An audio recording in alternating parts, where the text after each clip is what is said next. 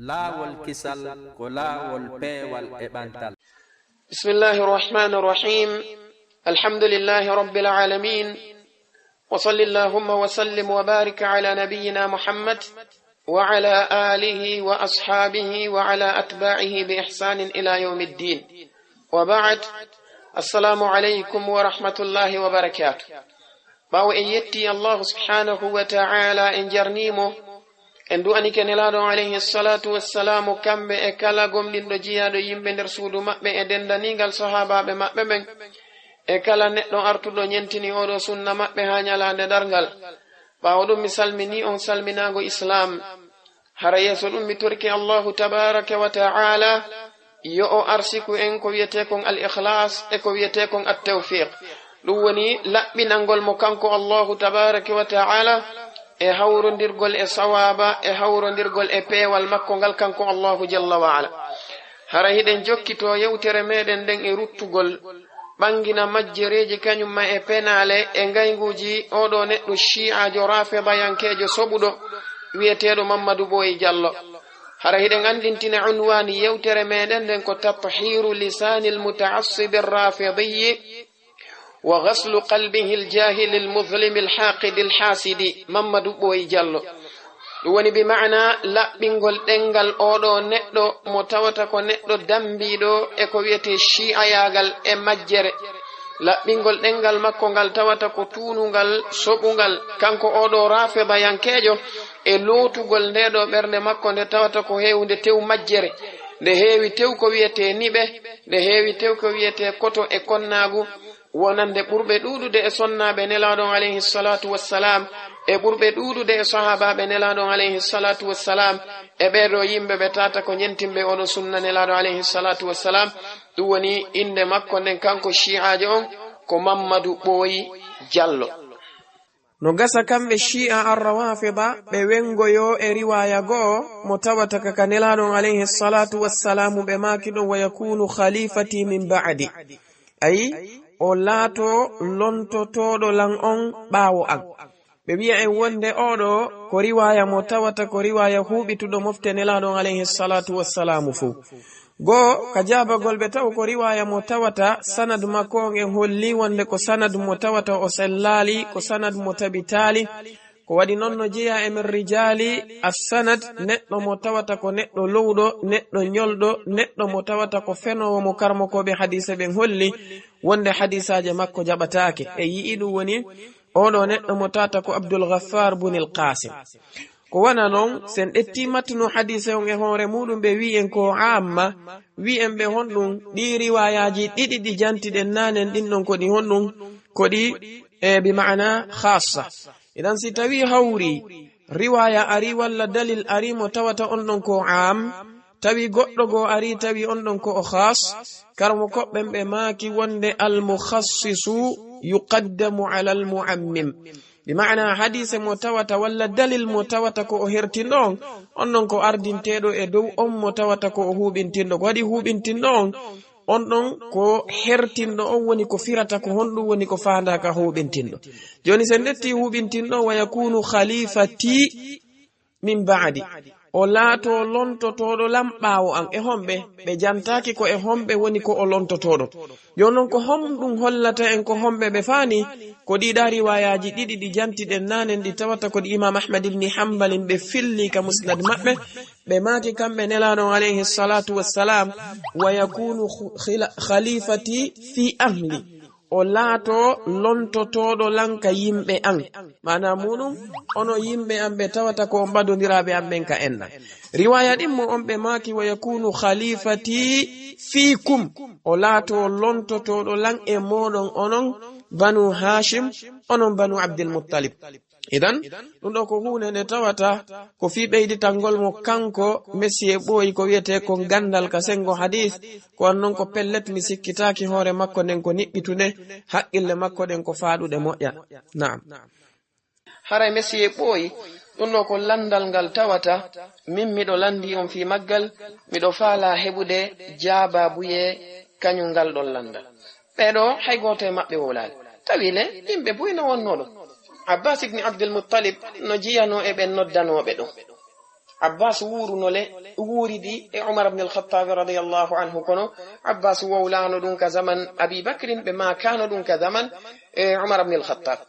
ibn abbas wuruno bawo nelaɗo alayhi salatu wassalam feƴƴini ɓe jantaki haray ko ayyo messiye ɓoy miɗo faala andude ko fi honɗum haɗi ɓeɗo janto ɗum ɗon haray zahir hadise on kadi miɗo faala ya addam min riwaya goto pet ka windi wa yakunu khalifati fi ummati o wona lontotoɗo lan e mofti anden ko on ɗon riwaya min faala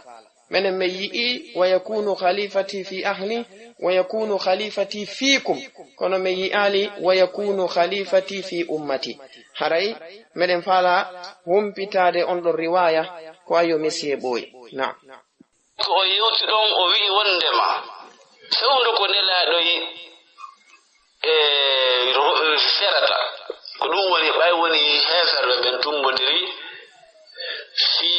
sahindingol nelaɗo meɗen muhammadin sallllahu alayhi wa alihi ɓe fottani ɗum allah andini nelaɗo awa ɓe fottani fi sahindingol ma ɓay noon mission ma on timmali taw yaltu makka woko ɓe yaltayno ɗon ko kamɓe hombo yaltuduno yehi ka fammere wo kamɓe sesa kamɓe aboubacry wo hari honto ali woni oɗo ko imma ko ngayngu maɗum ko beleɗe maɗum ko majjere maɗum ɗiɗo fof harano tumbodiri e makko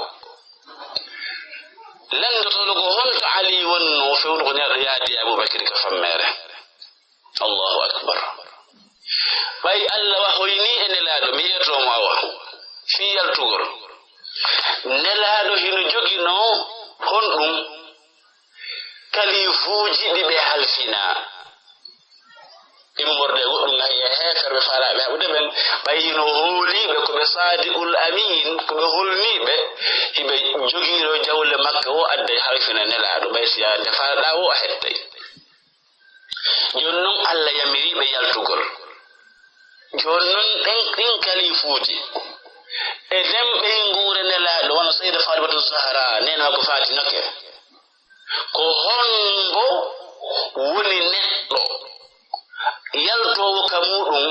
acca ɓiɗɗo mum on acca jawle mum ɗen acca ɗuman fo accirani tum hara accidali e neɗɗo mo o hooli waway no jogi capacité wawgol hiwgol ɗum ɗon wasi kanko wonɗon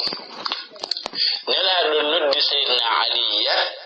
ɓe maaki ko ayyo aliya bun abi talib haray joomi ko an on yamirilan firugol haray noon miɗo faala ya ar waaloɗa ka danki an ɗo suddoɗa suddare an ten ɗo hefere ɓen si'ima ɗon ɓe sikkay ko min waali ton haray kaka wendogo ɓe waɗi sahindingollan joni noon si tawi allah waɗoyi ɓe sahindinalima haray si woni bimbi koya a jonnitanan ɗi kalifuji ɗo mo be ko haqqe mum mo be jonnitumum ko halfindiran kon ƴettanalan ɓi nguure anden on sayi on tawa yeyla madina seydna ali yamaki awa taslam ya rasulallah ene nelaɗo allah on simi waɗi ko ko wiɗa ɗo ɗum ɗum wawete gandude a wonayi hisuɗo ayi ali ko mabini ɗum ko fii kanko nelaɗo on yalli siɓe yalti ɓe hisayi nelaɗo maaki bala haray ɗum ɗo kadi no holla en ko ha honto oɗo neɗɗo majja luga taw ane ko wi ko wo ali ibni abi talib ɓe landi nelaɗo alayhi salatu wassalam ɓe maaki awa taslam ya rasulallah wo nelaɗo on maaki bala ene neɗɗo nanowo haala arabu faamowo haala arabu si goɗɗo landike goɗɗo awa taslam ya fulan ko bala o wiyata ka ko naam o wiyata ko naam wiyeteɗo wona bala ko si tawi howri o landike mo alasta taslam ya rasulallah ɓe maka bala aslam o ko pellet mi hisay kono ndaare ko hollata ko wonde ko majjaɗo luga arabiya wo alas awa taslam ya rasulallah wo ɓe maki bala ɗon ɓesiye ɓooyi wona bala wiyeteɗon ko naam woni ko wiyeteɗo haray sen wiye nden ɗon toɓɓere komi landinomo fii ko honto ali ibni abi talib wonno ko sabu tawde kamɓe shi'a arrawafida hiɓe jogiti wondema nelaɗo alayhi salatu wassalamu moƴƴereji ɗin fop ko Ali ibn Abi Talib radiyallahu anhu ɓe ardinno e muɗum sahabaɓe ɓen ɓe waɗi ɓen ɗon ɓawoɓe. Jonon mi addani mo nelaɗo alayhi salatu wassalam ka fokkituno ferugol kamɓe nelaɗo on sallallahu alayhi wa alihi wa sallama ko hombo woni ko ɓe yaaduno e muɗum. Ko Abubakar minni ko hontono Ali wonno awa ko honto Ali wonno haɗi ɓe yaada e Ali ibn Abi Talib ɓa ko ɓen ɗon ɓe ardinta e moƴƴereji ɗin ɗi fof majji. Ko wanno la shakka hiɗen andi immagol ngol yaha ha hewtoya Madina wonde ko kañum woni ko attoto tippidude e nelaɗo alayhi salatu wassalamu ka daril hijra, attoto hewtidude e nelaɗon alayhi salatu wassalam e heɓidata e nelaɗon alayhi salatu wassalam kala tampereji heɓotoɗi e lawol ngol. ɗum ɗo ko hunde nde tawata ko hollayde wonde neɗɗo o yaadata ɗon emo tawata hiɗa waɗi mo ɓaawo, yaadata ɗon emo tawata hiɗa hawkimo. nelaɗo alayhi salatu wassalam fewno ɓe yamira wonde yoɓe feru ko direct kamɓe nelaɗo alayhi salatu wassalam ɓaaɓe lontini Ali ibn Abi Talibin kale suddare maɓɓe ɗon. Déjà nelaɗo alayhi salatu wassalam ɓe lontini ɗon Ali ibn Abi Talib ɓe makanno Ali ibn Abi Talibin wonde lan yukhlisaka yani shay'un hay e hunde e piiji ɗi andanɗa hoore maɗa ko immorde e ɓeeɗo yimɓe heferaɓe ɗum sortatama e ley nder ɗo suddare waɗama tana. nelaɗo alayhi salatu wassalam ɓe rasiruno Ali ibn Abi Talibin wonde tana hay e goto memataɓe e ɗum. kono yiyay kanko shi'a rafida on o wi'ay wo nelaɗo alayhi salatu wassalamu maaki wo si tawi ɓe ari shahindinde maɗɗo e bimbi ma si tawi ɓe shahindinali maɗɗo e bimbi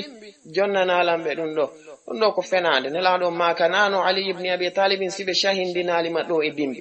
bal nelaɗo on ko makannoɓe alayhi salatu wassalam. laare defte sira ɗen mayinka ibnu Hisham ma mayinka ibnu Ishaq ko nelaɗo alayhi salatu wassalamu makannoɓe ko wonde tana hay e goto heɓatama an Ali e oɗo jemma. hay Imam Ibn al-Arabi no janti ɗum ka ahkamul Qur'an ɓe janti ɗum ɗon ton. idan ɗum ɗo ko hollay ɗum en wonde oɗo neɗɗo mo tawata ko shi'ajo ko neɗɗo majjuɗo, amma wi'ugol makko ko ngaygu wonande Ali ibn Abi Talibin subhanallah. a'udhu billahi minash shaitanir rajim. enen ahli sunnati wal jama'a en añata ahlu baytir rasuli sallallahu alayhi wa sallam. Ali ibn Abi Talib radiyallahu anhu ko tedduɓe ka meɗen ko yiɗaɓe ka meɗen. ko ɗum waɗi si tawi ndaare kala ko yiyata fayda shi'a no janto ɓure Ali ibn Abi Talib kaka defte sunna ɓe wujjoyta. sabu noon honɗum ene yimɓe sunna ɓen en suuɗali hay e hunde e ko nelaɗo alayhi salatu wassalamu janti e ɓural Ali ibn Abi Talib ma ɓural ahli beyt ar-rasuli sallallahu alayhi wa sallam. e hoore ɗum menen ahli sunnati wal jama'a men innitiray ahli beyt ar-rasuli sallallahu alayhi wa sallam. ayyay ka amen inneteɗo Hamza, ayyay ka amen inneteɗo Abbas, ayyay ka amen inneteɗo Ali, ayyay ka amen wiyeteɗo Al-Hasan, ayyay ka amen wiyeteɗo Al-Husayn, ayyay ka amen wiyeteɗo Fatima, ayyay ka amen inneteɗo Ummu Kulthum. ɗeɗo inde fof no to min e hoore an jiwun an janun kun ko Fatimatu Zahra woni komi inni kun. pellet si miɗo añuno Ali ibn Abi Talib ma miɗo añuno yumma meɗen Fatima radiyallahu anha mi innatano jiwun an kun nden inde. jiwun ɗin mun kun mi inni kun Khadija, on ɗon ko inde nene hombo non nene yumma meɗen Fatima sonnajo nelaɗon alayhi salatu wassalam arano on. simiɗo añuno ɓe mi innirtano ɓe ni. kono noon shi'a hollemen sina hara ko ɓemɓe tawata innino ɓiɓɓe mum ko attinatude shi'a hollemen inɗe ɗe tawata ko inɗe sahabaɓe. sifa Abubakri ka moɗon, sifa Aisha ka moɗon, sifa Hafsa ka moɗon, sifa Ummu Salamata ka moɗon, sifa onno wiyete yani sifa Abdullahi, sifa Umar ka moɗon, sifa Uthman ka moɗon. ko fi honɗum ɗeɗo inɗe onon shi'a ar-rawafida ɗe ala ka moɗon ko sabu tawde hiɗon añi sahabaɓe nelaɗon alayhi salatu wassalam. amma menen meɗe yiɗi ɓeɗo yimɓe ɓe tawata ko ahlu beyti rasulillahi sallallahu alayhi wa alihi wa sallam. wi'ugol maɗa ko ngaygu ɗon ɗo ko fenande komi landirɗon ma ko honto Ali ibn Abi Talib woni wana angal andugol kaɓe wonno bal ko fi waɗugol hujja e hoore maɗa ko ɓawon inni kala ka moƴƴere memmini nelaɗo alayhi salatu wassalam ko Ali ibn Abi Talib ɓe waɗayno yeeso joni noon ɓe senanike Abubakar as-Siddiq radiyallahu anhu ɓe yaadi e on ɗon ɓe waɗimo yeeso koɗo waɗi si kamɓe nelaɗo alayhi salatu wassalam ɓe jantani e wonde nafaali ɓe jawdi hay neɗɗo goto sifa ko nafi ɓe kon jawdi Abubakar as-Siddiq radiyallahu anhu ni yon noon en ara e jantagol ɗum inchallahu tabaraka wa taala. Naam. ko non woniri mi hisay si a wonanon tum ɗon ɓe maaki ɓe haajaka je maayi maati ɓe wuuri ma dama nelaɗo on daɗay ɓe yahi ɓe beli ka danki nelaɗo ɓe suddi suddare nelaɗo Allahu akbar awa dañande Ali ibn Abi Talib harno beli ka danki nelaɗo suddi suddare nelaɗo nden e yamari e Allah e nelaɗo meɗen Muhammadin sallallahu alayhi wa alihi ɗon ɓe woni haa weeti ɓay hefere ɓen ari ɓe toni wuɗiri suddare nen fiire soppu ɓe tawi ko Ali ibn Abi Talib wawi tan ɓe ni honto Muhammad o wi ko min haaltendo Muhammad ɓe wi Mamadou yalti ɗiwte ɓawa ɓe jokkidugol nelaɗo ɗum Seydina Ali woni haa weeti ƴetti kalifuuji ɗi fof jonnitiri goto goto e ko be e ko handi mum e ko ujunno ɓe ƴetti Fatimatu Zahra sayyidat nisa'il alamin ko hojo kala debbo e nder windere nden ɓe ƴetti Fatimatu bintu Asad biro maɓɓe e Fatimatu bintu Hamza ɓe ƴetti ɓeɗo ɓaaɓe gari jonnitude fof ɓe maaki sa mahe Madina nelaɗo no habbi en awa si a annda ko honto Aliya wonno hari ko ɗo Ali wonno ha Allah tellini e makko wa minan nasi man yasri nafsahu ibtigha'a mardatillah hino yimɓe ɓen yeeyuɓe hoore mum Allah fi hon ɗum fi ɗaɓɓugol yarle Allah subhanahu wa ta'ala ɓe ƴetti aray oɗo kadi aya wa minan nasi man yashri nafsahu ibtigha'a mardatillah oɗo ko aya mo tawata karmokoɓe ɓen no mari konguɗi buye sabu tippagol makko aray kanko shi'ajo on jantagol wonde aya on karmokoɓe fayda ko jantiwa ko Ali ibn Abi Talib radiyallahu anhu tu woni ko tippi e muɗum ɗum ɗo ko hunde nde tawata ko aaƴagol makko kanko shi'ajo no woodi karmokoɓe jantiɓe wonde aya on ko o tippi ko Suhaybur Rumi Suhaybur Rumi fewdoɓe iwayno Makka tawi ɓe heɓi mbuuɗi joni ɓe fokkiti ferugol ɓe seeno Madina heferaɓɓen sakkiɓe ka laawol kamɓe heferaɓɓen ɓe waddi ɗon ko tiiɗi ha kamɓe Suhaybur Rumi ɓe makani heferaɓɓen simi tindini on ka jawle an ɗe woni ɗon ɓaɓen inni a tawno men ɗo ko a miskino a yadata e jawdi amen ndi ɓe maki awa simi tindini on ko jawdi andi woni ɗon e on yaha nayndi acci dollam laawol angol mi yaha ɓe wi hi Suhaybur Rumi tindini ɓe nelaɗo alayhi salatu wassalam ɓa Suhaybur Rumi feƴƴi ɗon hewtoyi nelaɗo on tigi alayhi salatu wassalam ɓe maki bakhin ya aba Yahya ɓe maki modi ko pellet a golli ko moƴƴi a golli ko mawni ko a jarnaɗo e golle maɗa ɗen Allahu azza wa jalla tippini e hoore maɗa ko tippiɗo woni wa minan nasi man yashri nafsahu ibtigha'a mardatillah e riwaya go ɓe wi ko atti wuren kañum Suhaybur Rumi hewtoyde nelaɗo alayhi salatu wassalam ko ɓe natata e nder Madina ɓe hawrodiri Umar ibn al-Khattab radiyallahu anhu en ko ɓen ɗon woni ko humpitunoɓe ɗum ɗon taw ko attiɓe tawoyde nelaɗo alayhi salatu wassalam no wodi karmokoɓe go mako ɓe wonde koye Khubayb woni ko aya on tippi en fof ɗen andi qissa Khubayb neɗɗo mo tata o taƴitano kamɓe Khubayb fi nelaɗo alayhi salatu wassalam ɓe wakkili tere maɓɓe ɗen taƴitira teral tuma kala nde teral taƴaɓe lande hiɗa wakkili yo Muhammad alayhi salatu wassalam wonu e o nokku maɗa ɗo kamɓe Khubayb ɓe maka wakkilake yo goɗɗo e yimɓe suudu an luttidu e wonki nelaɗo alayhi salatu wassalam wona e oɗo nokku koni ɓe taƴitiri ɓe ha gasi Allahu azza wa jalla o wi wa minan nasi man yashri nafsahu ibtigha'a mardatillah idan haray kanko oɗo shi'a rafidayankejo ko jantaniɗen mo ɗum ɗo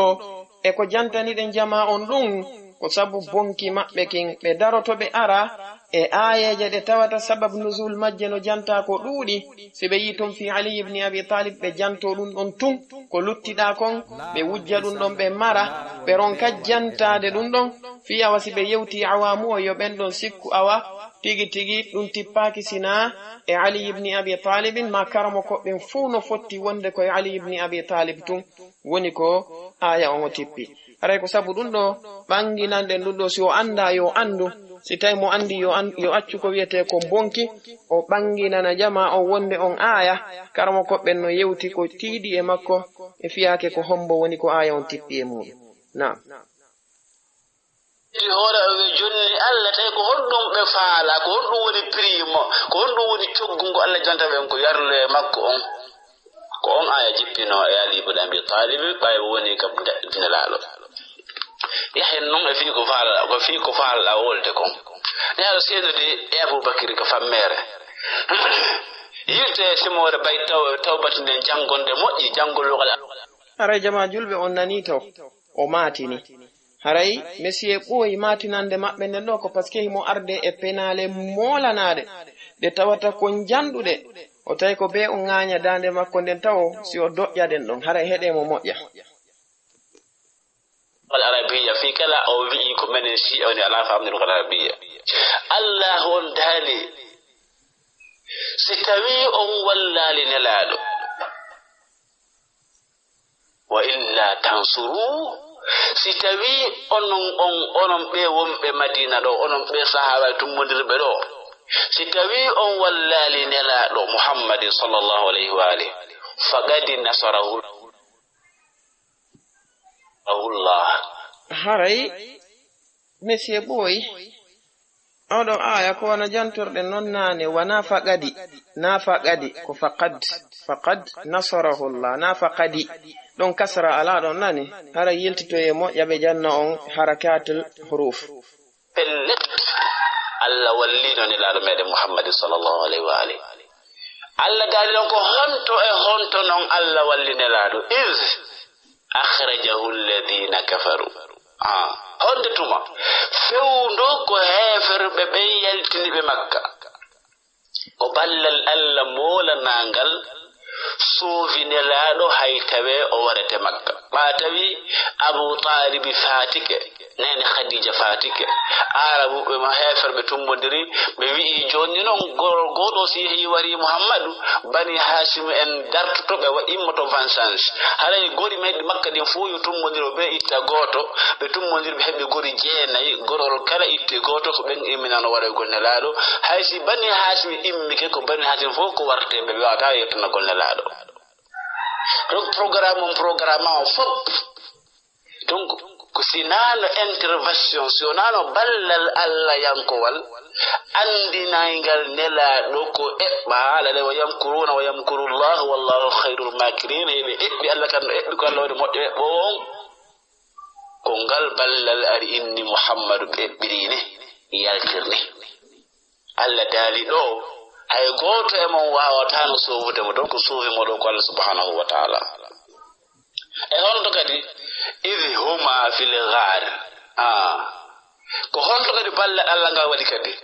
fewnoɓe wonno ko fammere ko ɗum e ballal Allah wanno nelaɗo yaltika muɗum ɓe seni fokkiti Madina hefere ɓe mbayi ari tawi nelaɗo yaltika suudu ɓe jokkiti nelaɗo ɓe yehi haa ɓe watti haynodirde e nelaɗo tawi pamunno ɗon Allah yamiriɓe yoɓe baki kum pamun ɗon donc Allah wahoyni gaboru ndu ari ndu ñappi ɗon ndu joori wahoyni e mari jawal ngal sacci dambugal fammere nden hefere ɓen ari haa hewti ko fammere ɗon tawi ko hedganiɓe ko natugol ɓe ndaari gaboru ndun ɓe yii bofoɗe ɗen ɓe inni si tawi ko ɗo Muhammadu natuno ndu gaboru ndu immotono ɗo ma ɗum bofoɗe ɗen fu seyno ɓe haɗal ɗon ɓe ndaari gara mari jawuji ɗin ko dambugal ɓe wi'i wondema ngomar jaawal ɗo si tawi muhammadu naatina ɗo taƴeno ɗi garamar jaawoji ɗo anda hade nearo naati siɗin ngal silum ɗon waɗa ɗon joni noon nelaɗo e aboubacry hiɓe ka nder fammere hiɓe jenti ko ɓe woni e wulude kon bal kamɓe hiɓe reeni ɓe ñang ballal allah ngal ɗon ko honnu ko piiji ɗiɗi ko tawgol allah subhanahu wa ta'ala yamiriɓe naatugol ɗon e ɗum gaboor ɗon e gammar jawal ɗon hen jiiɓe e yi'ugol ɓe sakko ɓe sahindina ɓe ngal ballal ɗum sina allah walluno ngal nela goto wawata nga wallude ɓe e honto kadi id yaqulu li sahibihi la tahzan e fewndo ko nelaɗo on ma kadi wondirɗo mum on wota suno ballal allah kadi no ɗon ko honɗum e ballal allah woni ɗon ha nelaɗo maki wota suno ɓay woni aboubacry o yiiɓe programme aɗo on makka to on ɗon o luppi joni noon o dogiri ton fii himo jogii objectif mo faala hewtude joni noon ko o faala kon boni par ce que ɗo filleji ɗi hino ari e fifirtugol ɗo par ce que on andi allah on dalali la takhaf wota a hulu hay fi noon kala ko wonɓe wiide kañum hino faami lugal arabiya ɓe inna wala tahzan yaala makki wota a hulu ko hombo firranta on alkhawfu bil husn alhusnu ko sunnu alkhawfu ko kulol e sunnu wona gootum sunnu ko hunde nde jogiɗa perdande a sunnike ko ɓaya perdi ko ɗum monene mum maayi mamo ɓiɗɗo mum maayi mamo ɓeygu mum maayi mamo adem mum maayi wiyetake wota hulu ko wiyete wota a suno se on nongo ko jogi fuutimo ma ɗum hunde nde faalaɗa aɗa faala postu ka ministre aɗa faala wonko président aɗa faala ɗum ɗo aɗa faala ɗum ɗo joni noon goɗɗo hino faala atade may ɗum ɗon kadi hino wi'e wota suno ɗum kadi hiɗa huli wota fuutoma ɗum kadi ɗum kadi kulolngol hino wi'e wota hulu kadi ɗum kulolngol ko aroyowol sunnu on ko fii ko fiƴƴi sunnu on ko fii ko fiƴƴi ɗum ɗa ko fii ko arata donc fii ko feƴƴi kon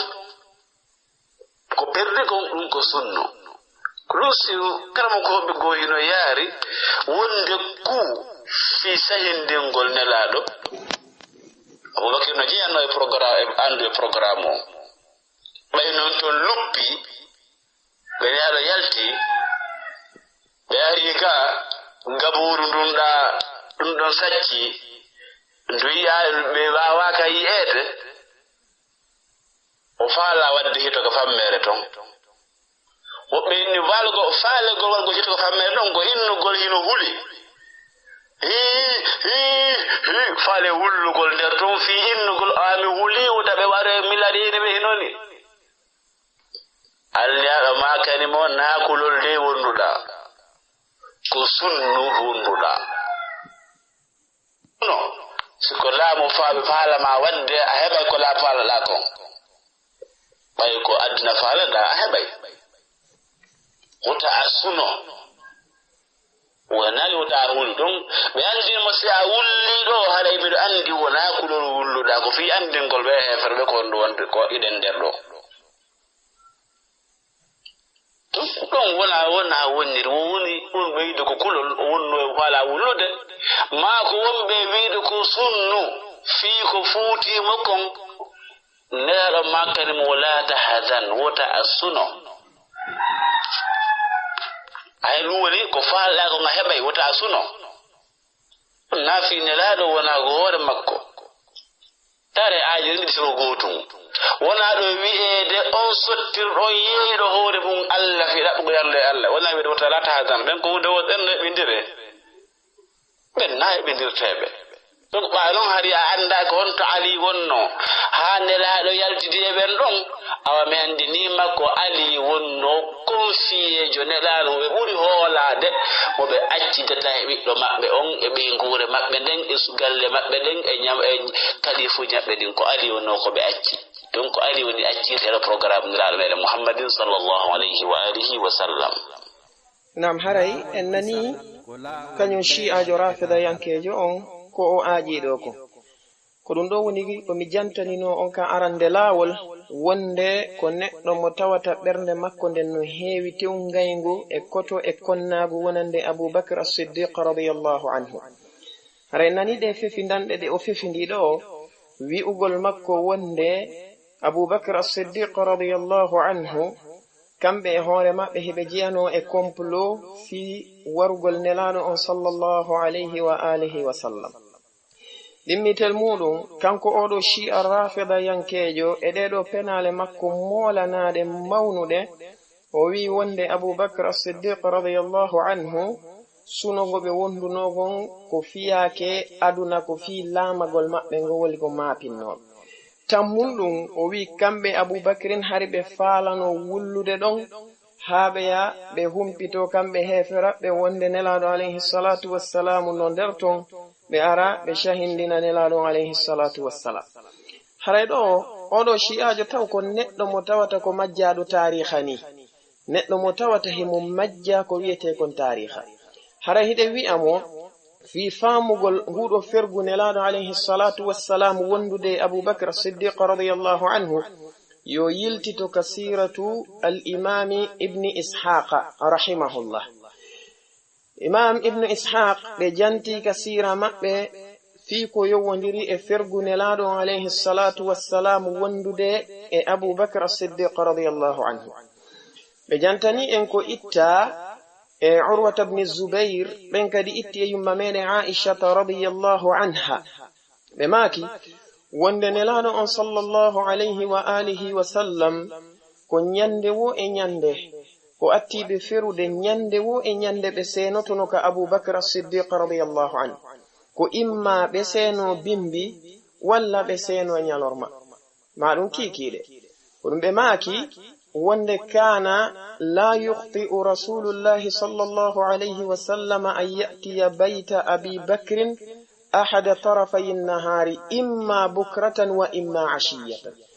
Nelaɗo alayhi salatu wassalam hari nyande wo nyande ɓe wonata nyallal ɓe senaki ka suudu Abi Bakrin Siddiq radiyallahu anhu ko imma ɓe seno bimbi walla ɓe seno kikiɗe. Kamɓe yumma meɗen Aisha ɓe maki hanon laatoyi tawi ko nyallal ngal kamɓe nelaɗo alayhi salatu wassalam ɓe newina nande yoɓe feru ay ɓe maki hatta idha kana al-yawmu alladhi udhina fihi li rasulillahi sallallahu alayhi wa sallam fil hijra ba hewtingal ɗo nyallal kamɓe nelaɗo alayhi salatu wassalam yumma me Aisha ɓe maki atana rasulullahi sallallahu alayhi wa sallam bil hajirati fi sa'atin kana la ya'ti fiha. Nelaɗo alayhi salatu wassalam ɓe ari ɓe tawi men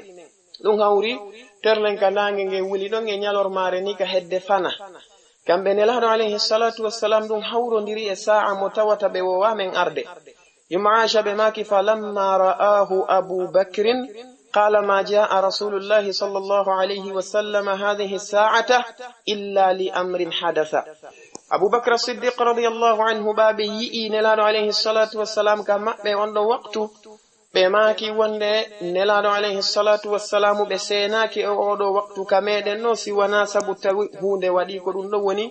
ko senini ɓe ɗo kamɓe nelaɗo alayhi salatu wassalam e oɗo waktu on zati ɓe naati baɓe naati yumma me Aisha ɓe maaki ta'akhkhara lahu Abu Bakrin an saririhi. Nelaɗo alayhi salatu wassalam baɓe naati ka nder suudu Abi Bakrin as-Siddiq radiyallahu anhu on sati Abu Bakrin accani ɓe danki muɗum kin kamɓe nelaɗo alayhi salatu wassalamu ɓe tooli ka danki Abi Bakrin. Yumma Aisha ɓe maki tawi wa laysa inda Abi Bakrin illa ana wa ukhti Asma'u bintu Abi Bakrin. Tawi nden nyanden ka suudu Abi Bakr ɗon ko me wonɗon ko men tato pet ko Abu Bakrin baben an e min Aisha kanyumma e oɗo jaja an woni Asma bintu Abi Bakrin. بماكي نلانو عليه الصلاة والسلام فيوتي أبي بكر بماكي أخرج عني من عندك يلتنا ننكلا وندو كمادا دو أي معنى مميدو فعلا ما يوتو دقو أنصاتي أبو بكر بماكي إنما هما ابنتايا بيبي ون بندردوكو بي أنجيو ببندي دوني هوني عائشة كنما أسماء أنصاتي أبو بكر بماكي وما ذاك فداك أبي وأمي ene ko honɗum woni ko faalaɗon la humpitude haa tawa koye mi yaltimɓe wonɓe ka nder galle an ɗo ɓe maaki mi sottiri on nene an kañumma e baabe nga nelaɗo alayhi salatu wassalam ɓe fewti abi bakrin ɓe maaki inna allaha qad adina li fi lkhuruji walhijra allahu azza wa jalla o newinanilan noon ferugol yalta makka yaha أبو بكر الصديق رضي الله عنه كهندم بماكي يسدون بماكي الصحبة يا رسول الله قال أي رسول الله صلى الله عليه وسلم الصحبة أبو بكر بفوتي نلادون عليه الصلاة والسلام بماكي أوه وندي غنغلكو أنو يونلابي الله وندي غنغلكو أنو يونلابي الله معنا مودون تاون أتياندو يادين نلادون عليه الصلاة والسلام بماكي الصحبة وندي غنغلكو أيو أبو بكر jonon si tawi hawri en daari ɗum ɗo en tawayi nelaɗo alayhi salatu wassalam ɓe arɓe tawi abubacrin ɓe humpitiɓe yeeso ɗum aboubacre siddiq radiallahu anhu ɓe ɗaɓɓiri nelaɗo alayhi salatu wassalam yoɓe seeno ɗum nelaɗo on maaki ɓe seenode yumma aicha ɓe makani e wonde fa wallahi ma sha'irtu qattun qabla dhalika alyawmi anna ahadan yabki min alfarahi hatta ra'aytu aba bakrin yabki yawma idin ثم قال يا نبي الله إن هاتين راحلتان قد كنت أعددتها لهذا نار مويا يوم عائشة رضي الله عنها بماكي حري والله من سؤال نتنك كأتي ننين ولة وكوالتار أولي هامي أبو بكر الصديق رضي الله عنه ko be wulli ko weltare tawde nden nyande nelaɗo alayhi salatu wassalam suɓike ɓe e nder sahaba ɓen fuu yoɓe yaadu e maɓɓe yoɓe ɗowtuɓe ka fergu ka allahu yamiri ɓe ɗo yoɓe seeno on sati kamɓe aboubacrin ɓe fewti nelaɗo alayhi salatu wassalam ɓe maaki e hino ɗo mbaɗɗa teriji ɗiɗi ɗiɗo neɗi komi marunoɗi ɓe gandi aboubacre hari no heewi koɓe makaneno nelaɗo alayhi salatu wassalamu fereng nelaɗo on makana ɓe habboɗen taw no gasa allah jalla wa ala ka yamiro e ɗum no gasa wuren ka o waɗama wondiɗɗo an aboubacrin tawi ɓe heɓilanade ɗum tawi ɓe mari mbaɗɗa teriji ɗiɗi ɗi ɓe habbori ɗum on sati kamɓe aboubacrin ɓe ƴetti neɗɗo mo tawata ko neɗɗo tindinowo ɓe laawol ngol woni abdoullahi ibnu arqatin oɗo ko neɗɗo mo tawata ko jeyanoɗo e shirkayɓe ɓen aboubacrin ƴettimo kamɓe aboubacrin radiyallahu anhu ɓe jonni mo joddi ndin fiyo o ɗowtuɓe o tindina ɓe laawol ngol tawata ko laawol yottinaygol ɓe ngol madina ɗum ɗo ko goo ɗimmitel muɗum ngel nelaɗo alayhi salatu wassalam ɓaɓe yaltidi e aboubacre as-siddiq radiyallahu anhu kañumma e oɗo neɗɗanke woni abdoullahi ibnu arqat ɓe ari haa ɓe hewti e ndeɗo fammere nde tawata ko fammere wonde e ngoɗo fello wiyetengo jabalu thawr kamɓe nelaɗo alayhi salatu wassalam ɓe naatidi e aboubacre as-siddiq radiyallahu anhu e nden fammere aboubacre tawi yamiri hombo oɗo ɓiɗɗo mo hay joni kanko neɗɗo hiɗe wiyamo yo yawka siratu ibni ishaq fiyo o faamu wonde wona fefindanɗe wonɗen jantade aboubacre radiyallahu anhu ɓe yamiri oɗo geɗal jo maɓɓe abdoullahi ibnu abi bacrin an yatasamma'a lahuma ma yaqulu annasu fihima naharahu ثم يأتيهما إذا أمسى بما يكون في ذلك اليوم من الخبر أبو بكر الصديق رضي الله عنه باو بدتي عبد الله ابن أرقة كدو تبه كهلا بلا ونقل بيوبيمو كم أبو بكر بدتي أولو بيدوما بعبد الله ابن أبي بكر بما كانمو أنكلا كنندا اندر مكة جنتو يمبه بنكو هنم بيوني وولد في أمين اندر نيالانغال سيوني كيكيري أرى توا من كفاميري on sati humpitamen non ko honɗum woni ko feƴƴito kamɓe aboubacrin ɓe yamiri kadi neɗɗo goto mo tawata komo ɓe rindini no wiye amir ibnu fuhayra oɗo ɓe yamirimo an yar'a ganamahu nahara ثم يريحها عليهما يأتيهما إذا أمسى في الغار oɗo kadi aboubacrin ndettinimo golle honɗe ko yo ɗettu dammi maɓɓe ɗin kamɓe aboubacrin o aynadi e nder ñallal ngal tawi karmokoɓe goo saɓe maaki oɗo tawi koyo si o ayni e nder ñallal ngal no aboubacrin makiranimo no yo aroy kiikiɗe o tawa nelaɗon e aboubacrin ka fammere o rewna kañum dammi ɗin e laawol ngol ɓe rewingol fiyo batte teppe maɓɓe batte baɗɗateriji maɓɓe ɗin yo mutu hara ɓeɗo heferaɓe wawali yi'ude ɗum ɗon kamɓe aboubacre as-siddiq radiyallahu anhu tawi ɓe ɗetti hombo kadi asma bintu abi bacrin yo asma bintu abi bacrin moƴƴinanɓe ñamete addana ɓe ñamete kiikiɗe kala kiikiɗe ka nder fammere yeru balɗe tati ko ɓe waɗi ton ko jon noon ko ono yo siɓɓe julɓe ndaare moƴƴa taskoɗon ɗum ɗo taskoɗon ko oɗo shi'a rafidayankejo fini kon e aboubacrin neɗɗo mo tawata ko faalaɗo sahindinde nelaɗo alayhi salatu wassalam ene on neɗɗo o ɗaɓɓay kanko tigi ko ɗowtaɓe o yoɓa wona o ɗettirino abdoullahi ibnu arkatin on neɗɗo ɗaɓɓay mbaɗɗateriji ɗiɗi o hebula ɗiɗi kanko e nelaɗo alayhi salatu wassalamu ɓe senoɗata on neɗɗo wullay weltare sabu ko nelaɗo alayhi salatu wassalam acci sahabaɓe luttuɓe ɓen kon ɗettimo kanko waɗimo yaadeteɗo muɗum on neɗɗo mo tawata ko ɗettuɗo ɓiɗɗo makko on ɓiɗɗo makko gorko on o waɗi on yo jento kala ko yimɓe ɓe woni wowlude e nder ñallal ngal ara humpita ɓe ka fammere on neɗɗo mo tawata ko mo o sifi ɗum on woni ɗettuɗo oɗo ɓiɗɗo makko jiwo asma bintu abi bacrin yo moƴƴinanɓe ñamete ñande wo ñande addanaɓe kiikiɗe kamɓe aboubacrin ɓe yamiri amir ibnu fuhayra aynanoɓe ɓe dammi maɓɓe ɗin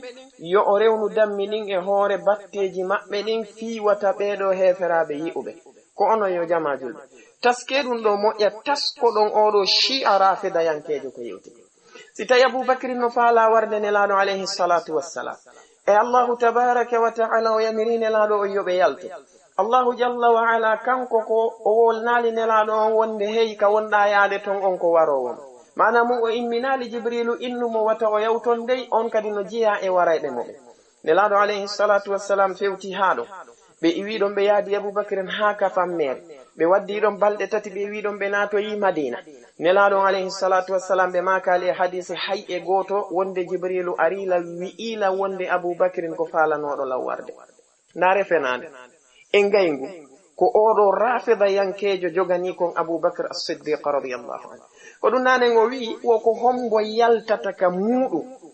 acca ɓengure muɗum e ɓiɓɓe muɗum tawa acci daaliɓe mo tawata ko aynowoɓe eyno aboubacre as-siddiq kamɓe ɓe waɗi ɗum hubban linnabiyi sallllahu alayhi wa sallam wa nusratan liddin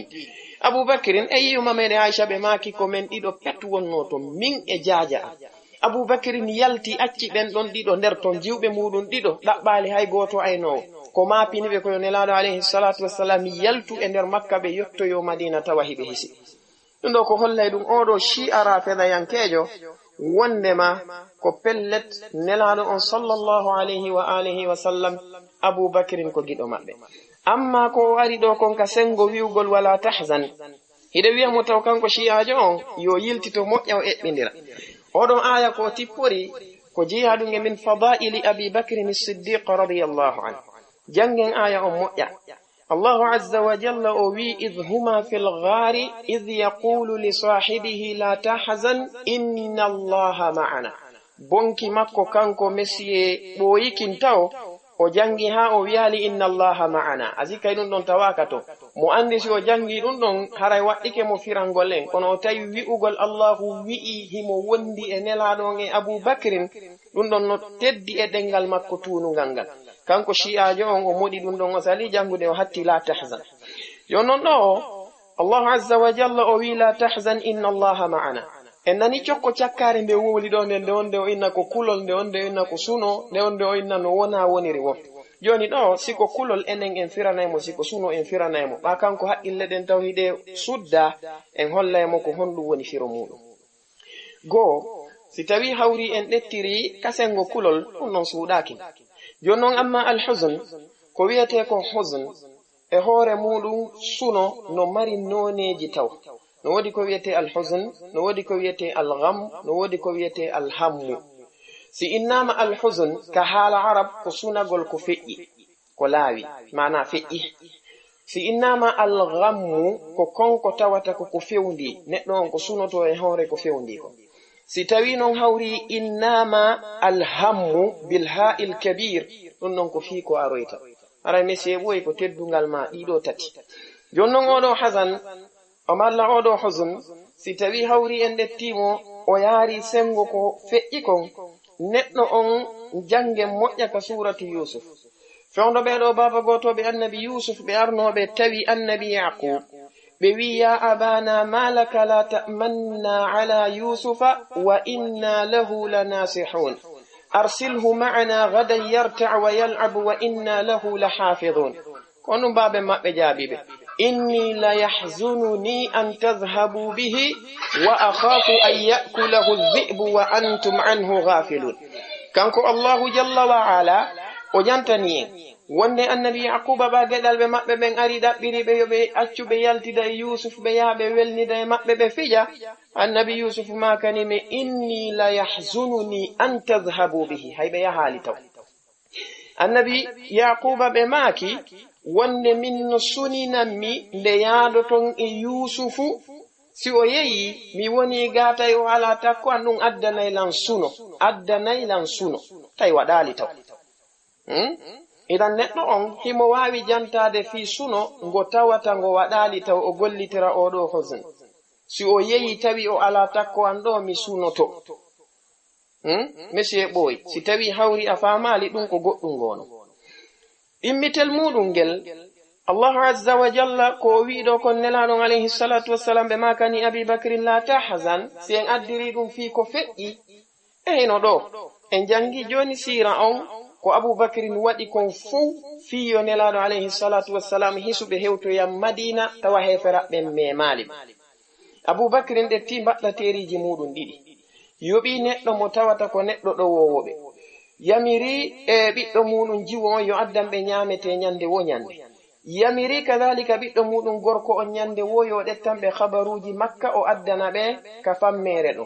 yamiri kadhalika aynanoɗo ɓe dammi on yo on ɗon kadi ar bonnita batteji maɓɓe ɗin fiwata heferaɓe yi'uɓe abubakar ko waɗiri ɗum ko fiyo nelanon alayhi salatu wassalamu hisu idan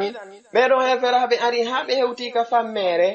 abubakar ɓantike ɓe kamɓe nelanon alayhi salatu wassalam ɓe haynike teppe ɓenɗen abubakrin ɓe maaki wono ardi noon ka hadis anasin wonɗo ka sahihu muslim ɓe maaki wallahi si tawi hawri ɓe walla ɓe maaki si tawi hawri ɓe goɗɗo e maɓɓe tippini gite muɗum ɗen joni o ndaari ley teppe makko ɗen o haynoto en nelaɗon alayhi salatu wassalam ɓe maaki la tahzan wata suno mana muɗum awa si tawi suno gon koko feƴƴi kon faalaɗa yen firu la tahzan wata suno e hoore ɗi golleji ɗi ardinɗa ɗo fo fiyo mi daɗu ɗiɗi perdirtama ɗi bonata few mi daɗay inchallahu azza wa jalla ko ɗum waɗi si ɓe watti ɗon inna allaha ma'ana allahu no wondi e meɗen inna allaha ma'ana oɗo ma'iya ko ma'iyatu ta'yidi wan nasri wal hifd mana muɗum ko ballal sembingol ko wondigal sembingol e wallugol e renugol allahu azza wa jalla o reni ɓe ha ɓe hewto e madina fo so waɗali ɓe abubakrin tawi ɓe waɗi koko ɓe waɗiɗa fof fiyo nelaɗo on hisu yo noon ɓe maapita ɓe a yi'u nelaɗo on ɓe ronka hisude on saati nelaɗo alayhi salatu wassalam ɓe maaki wata suno ko ardinɗa ko bonata allahu azza wa jalla o renayi en inna allaha ma'ana ko ɗum ɗo woni ma'ana on si tawi ko suno feƴƴungo ngon faalaɗa faamude ko ayo maître ɓooyi messier ɓooyi haray wono mi jantoranma noon ka arande lawol oɗo aya ko ɓural molanagal wonande abubakrin ɗettu oɗo aya ɓayiɗa ɗettude mo eɓɓidiramo e wa minan nasi man yashri nafsahu ɗettu oɗo aya allahu wi taw inna allaha ma'ana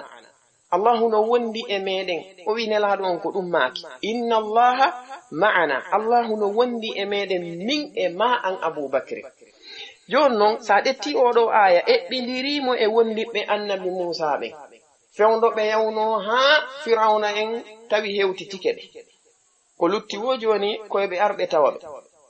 allahu wi falamma tara aljam'ani qala ashabu musa inna lamudrakun qala kalla inna ma'iya rabbi sayahdin. Allahu wi falamma tara aljam'ani nde jamaaji ɗin ɗiɗi yi'indirno jama annabi Musa on bani Israil kañumma e jama fir'auna jokkituɓe ɓen nde ɓe yi'indirno bani Israila yankoɓe yeƴƴiti hayni ɓen tawi noon joni kaɓe won ɗon pelle ɗiɗi ɓe woni hakkunde mum fellono ka ñaamo fellono ka nano eno yeeso maɓɓe maayo ngon ɓe ndaari ɗum ɗo ɓe tawi na nano ɓe dogirta na ñaamo ɓe dogirta wana yeeso ɓe fokkitiri ko non ɓe wi inna lamudrakun pellet en hewtitama ɓe innalde ɓeeɗo hewtitoto en ɓe wi pellet en hewtitama Abubakr le kamɓe ko ɓe maaki ko law nadara ahaduhum ila tahta rijlayhi la absarana o kama qal si tawi goɗɗo e maɓɓe yeƴƴitike tun ma o tippini gite makko ɗen tun o ndaari ley koyɗe makko ɗen o haynoto en joni ɓe makano wonde ɓe yi'i en ɓeeɗa noon bani Israila en koɓe ɓe wi'i inna la mudrakuna en hewtitama pellet Abubakrin kamɓe ɓe maaki si goɗɗo e maɓɓe ndaari ɗo o yi'ay en na goto ɓeeɗa wi waɗi Abubakr maaki si ɗum ɗa waɗi si waɗa e hoore ɗum annabi Musa ko honɗum jaabino bani Israil ɓe maaki kalla konko wowluɗon ɗon wanano woniri nelaɗon alayhi salatu wassalam makanano Abubakrin kalla ko wowluɗa kon nano woniri annabi Musa hikkani ɗon bani Israila honɗum inna ma'iya rabbi sayahdini ɓe makali inna ma'ana rabbuna no wondi e men joomi men ɓe maki inna ma'iya rabbi joomi an no wondi an sayahdini o fewnelan joni e laawol ngol tawata ko ɗo woni ka reweten ɗo noon nelaɗo alayhi salatu wassalam kamɓe ɓe makanani Abubakrin inna allaha ma'i ɓe maki inna allaha ma'ana ay Allahu azza wa jalla no wondi e meɗen idan ko ayo shi'a rafida yankejo oɗo aya ko aya mo tawatani ko yewtowo fi ɓural Abi Bakrin Siddiq radiyallahu anhu idan soɓe ɗe faalaɗa naadude aya on ɗen soɓe ɗon ɗe ala laawol kaɗe wawa hewtude oɗo aya ko hanno Abubakr Siddiq radiyallahu anhu faalirte warirde nelaɗo alayhi salatu wassalam tawa Jibrilu andali ɗum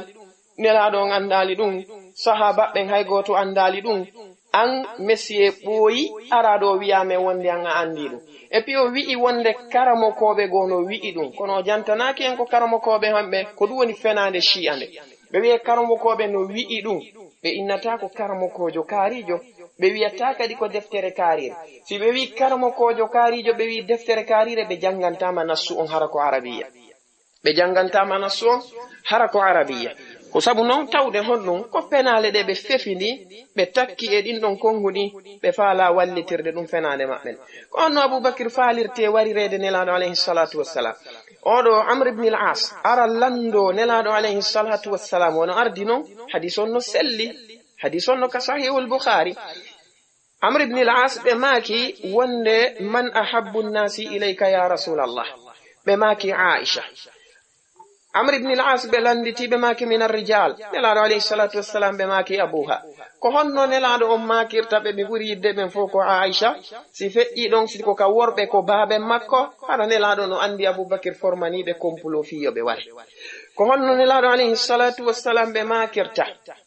kamɓe nelaɗo on wonde law kuntu muttakhidan khalilan lattakhadtu Aba Bakrin khalilan simi jogotono jaatigi e yimɓe ɓe law kuntu muttakhidan khalilan ay minan nasi lattakhadtu Aba Bakrin khalilan simi jogotono e nder yimɓe ɓen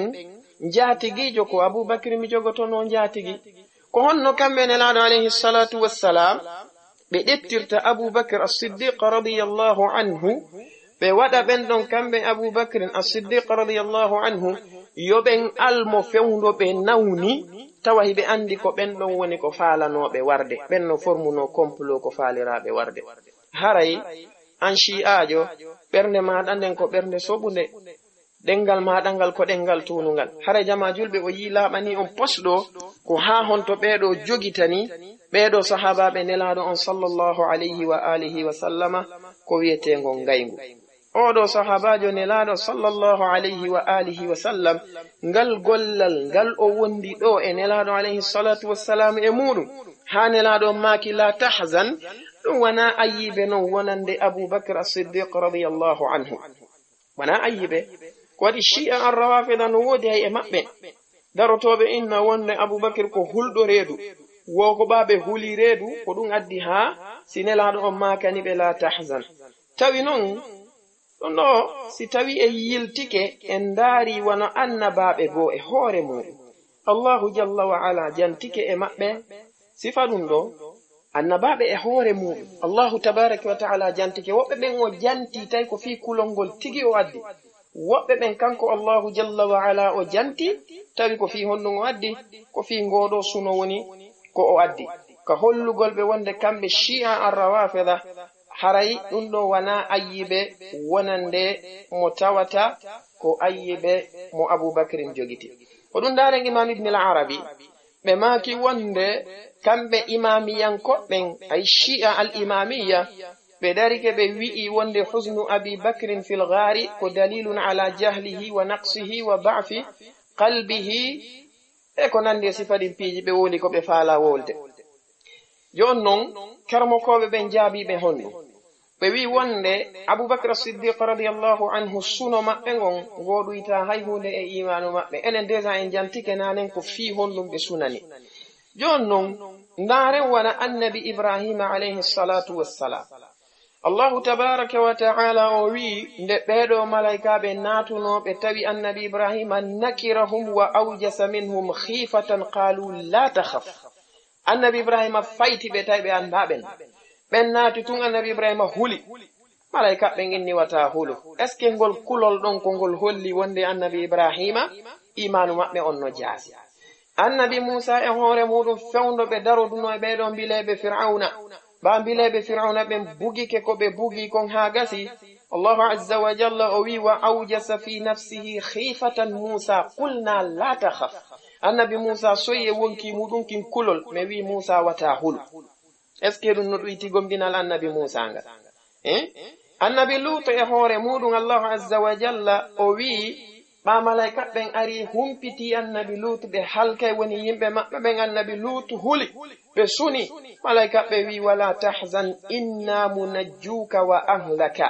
ɓe wi hey wata suno ko ayyo lut menen men dandete an e ɓen gure maɗa nden komin ittintini ɗo woko oɗo sonnajo maɗa idan haray ko ayyo messi e ɓooyi ɗeɗo soɓe ɗe faalaɗa hibbude hoore aboubacre siddiq radiallahu anhu kala shubuha mo adduɗa no woodi no o jittire ha o laaɓa pos allahu wi wala ya'tunaka bimathalin illa ji'naka bilhaqqi wa ahsana tafsira haray ɗum ɗo